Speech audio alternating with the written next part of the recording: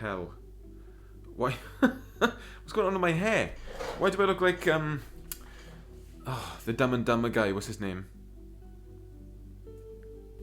I thought I'd do something interesting today and improvise over a almost completely random chord sequence. Now on the big board behind me, we have numbers from 1 to 12 with notes underneath. So each number is related to a specific note.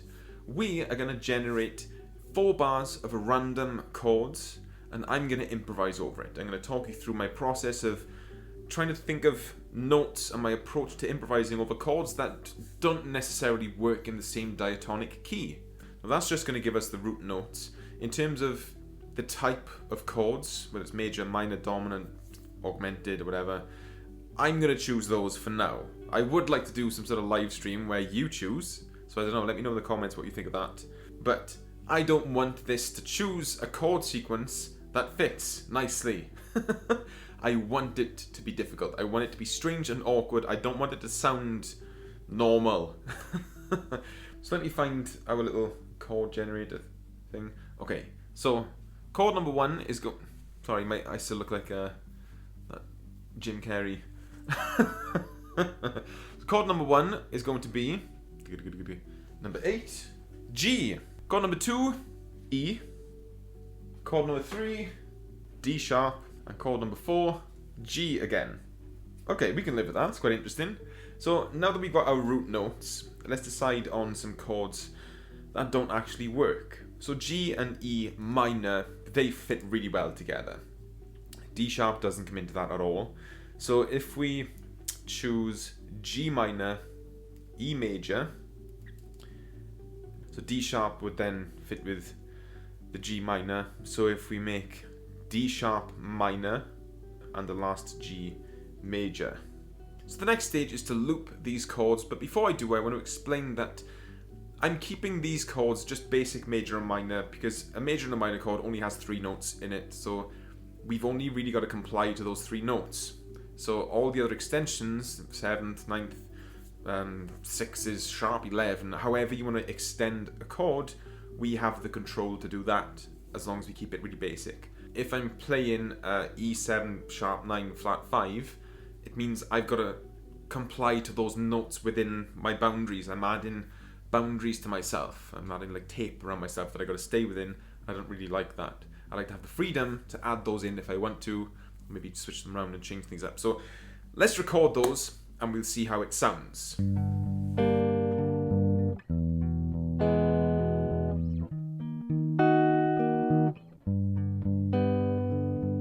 Don't be alarmed, I'm not in any kind of crisis. I've wanted yellow shoes for a long time and it was my birthday last week.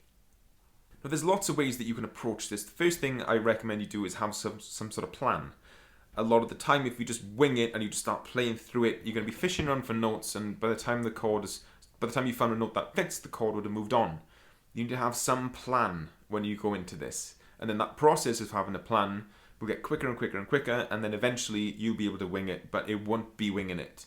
You would have done it enough times to have an actual thought process to get through these interesting sounding chords. So for G minor, my hand instinctively goes to G, pentatonic minor shape.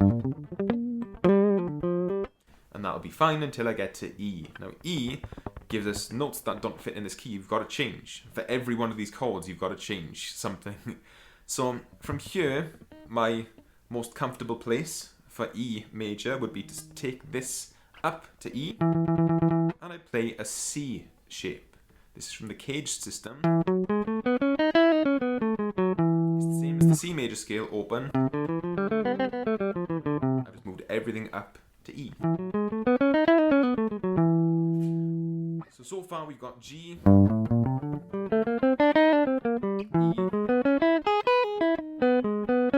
then we've got D sharp minor. So from here, the nearest D sharp is here. And I'll just play an arpeggio for this. So I'll play root, flat third, fifth, flat 7, root, flat third, fifth. I can add more notes if I want to and fill out more of the natural minor sequence. The last one, G major, I can stay in the same position.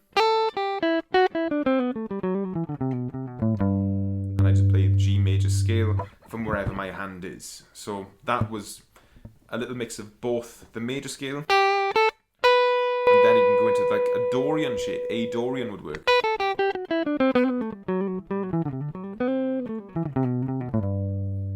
But it's still going to be G. When you use modes, it doesn't matter what mode you play, it's the chords that give it context. So because it's a G chord that's being played, I could play any interesting mode that you may know. It'll never sound like the mode unless the chord highlights the key tones from that mode. So if it was A minor, then A Dorian would work. But because it's G, I'm not playing anything different. I'm not playing any different notes in the G major scale, it's just in a different position. That's one big misconception of modes, is that just by playing the mode, you'll automatically get the sound of the mode. But that doesn't work like that. It's just the chords in the background that gives it the context. Let's put that into practice. Now, it may be that when I play it a few times, my thought process might change. I might want to mix it up a bit. I might move positions. And when I do, I'll try and talk you through what I'm doing. I might stop every now and again. So.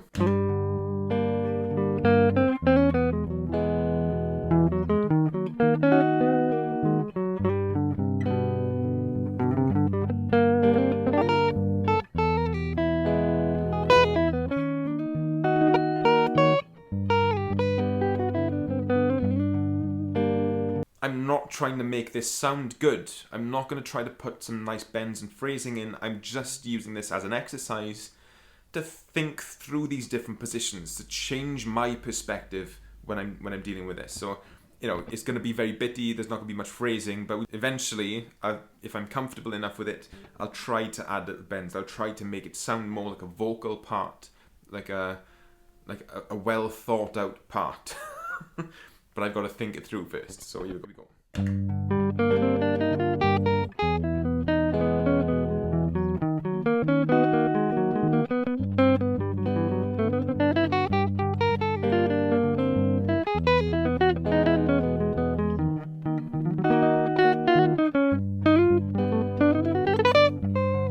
For me, it sounds like there's there's way too many notes in there to start with.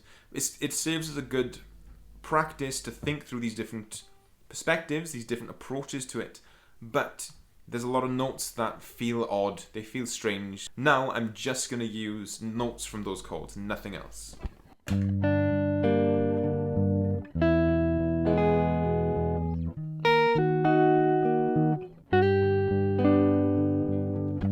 know that's a lot simpler.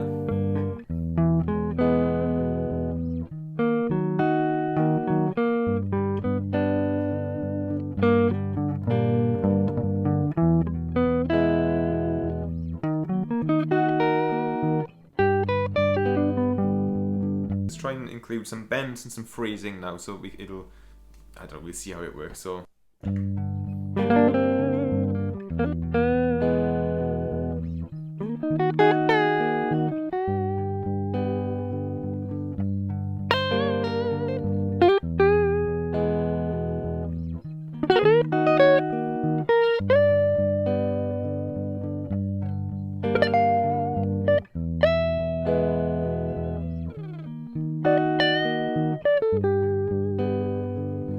Now there are ways to play different licks and arpeggios and sequences which I don't consider being creative.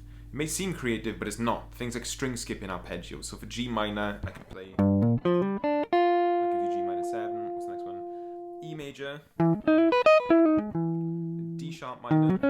Then G major. Minor. So let's see if that works.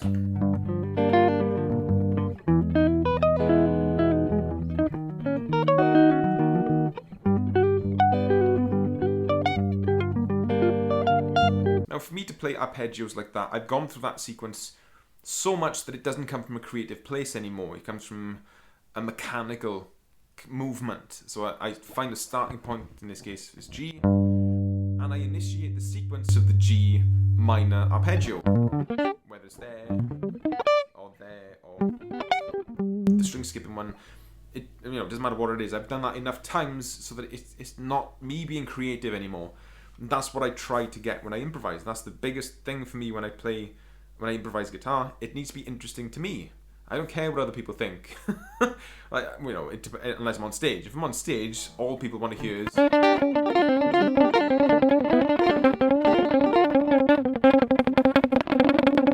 that's the biggest thing that I go for, is to be creative, to create something new that I haven't played before. So what I'd like you to take from this video is to try to be creative. It doesn't matter how fancy it sounds, if it's coming from a part of your brain that's routine and mechanical, it's not going to feel like you are creating anything new. Even though everyone else will think it sounds good. You know, if you play something really, really fast, some people are going to say, that's amazing, that's really good. But you are not going to feel that way. You're going to feel like it's just the same old thing, the same thing you've done thousands of times before. Then when you drill a metronome, get the speed up. And that's the difference between playing quick and playing the right notes at the right time. Playing the right notes at the right time feels much more satisfying to me now. It used to be the other way around. I used to love playing as many notes as I could within a bar. Within a tiny measure of music, I play as many notes as I can. But I think it might be that I've matured a little bit. I'm not into that anymore. I much prefer thinking about the notes first. It's much more difficult than sitting next to a metronome and just drilling it over and over again. You need to do that to get control. Once you've got the control, you need to use the control in a creative way to get the notes that you need that embellish the chords. Subscribe.